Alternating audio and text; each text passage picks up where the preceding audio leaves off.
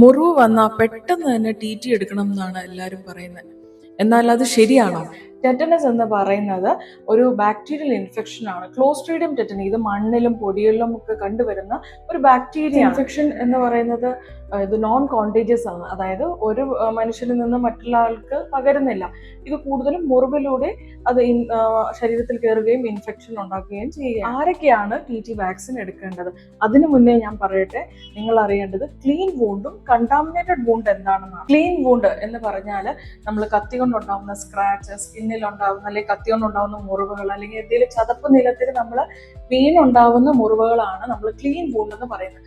അങ്ങനെയുള്ളവർ കഴിഞ്ഞ 10 വർഷത്തിൽ നിങ്ങൾ ടി ടി വാക്സിൻ എടുത്തിട്ടുണ്ടെങ്കിൽ നിങ്ങൾ ടി ടി എടുക്കേണ്ട ആവശ്യം വരുന്നില്ല. കണ്ടാമിനേറ്റഡ് വൂണ്ട്, അതായത് ഹൈ റിസ്ക് വൂണ്ട്, നമുക്ക് കൂടുതലും ഇതൊരു ചെളിയിൽ വീണിട്ട് അല്ലെങ്കിൽ റോഡിൽ നിങ്ങൾ വീഴുക, അല്ലെങ്കിൽ റോഡ് ആക്സിഡൻസ് ഉണ്ടാവുക, അതെന്തെങ്കിലും മൃഗങ്ങൾ കടിച്ച്, പട്ടി അല്ലെങ്കിൽ പൂച്ച അങ്ങനെയുള്ള മൃഗങ്ങൾ കടിച്ച് അനിമൽ ബൈറ്റ്സ് ഉണ്ടാവുകയാണ്, അതുപോലെ തുരുമ്പ്, ഇങ്ങനെയുള്ള വസ്തുക്കൾ കൊണ്ടാണ് ഈ മുറിവ് ഉണ്ടാവുന്നതെങ്കിൽ കഴിഞ്ഞ 5 വർഷത്തിൽ നിങ്ങൾ ടി ടി എടുത്തിട്ടില്ല എങ്കിൽ നിങ്ങൾ ടി ടിയുടെ ബൂസ്റ്റർ ഡോസ് എടുക്കേണ്ടതാണ്. പിന്നെ പലപ്പോഴും നമ്മൾ കണ്ടുവരാറ്, പല സമയത്തും പേഷ്യൻസിന് ഓർമ്മ ഉണ്ടാവില്ല അവർ ലാസ്റ്റ് ടി ടി എപ്പോഴാണ് എടുത്തത്.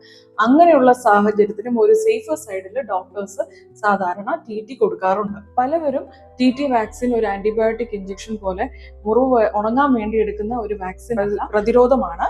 അപ്പോൾ മുറിവിനെ പറ്റിയും ടി ടി വാക്സിനെയും പറ്റി സംശയമുള്ളവർക്ക് ഈ വീഡിയോ നിങ്ങൾ സേവ് ചെയ്യുക, മാക്സിമം പേർക്ക് ഇത് ഷെയർ ചെയ്യും. എപ്പോഴും പറയുന്ന പോലെ, stay healthy, stay happy.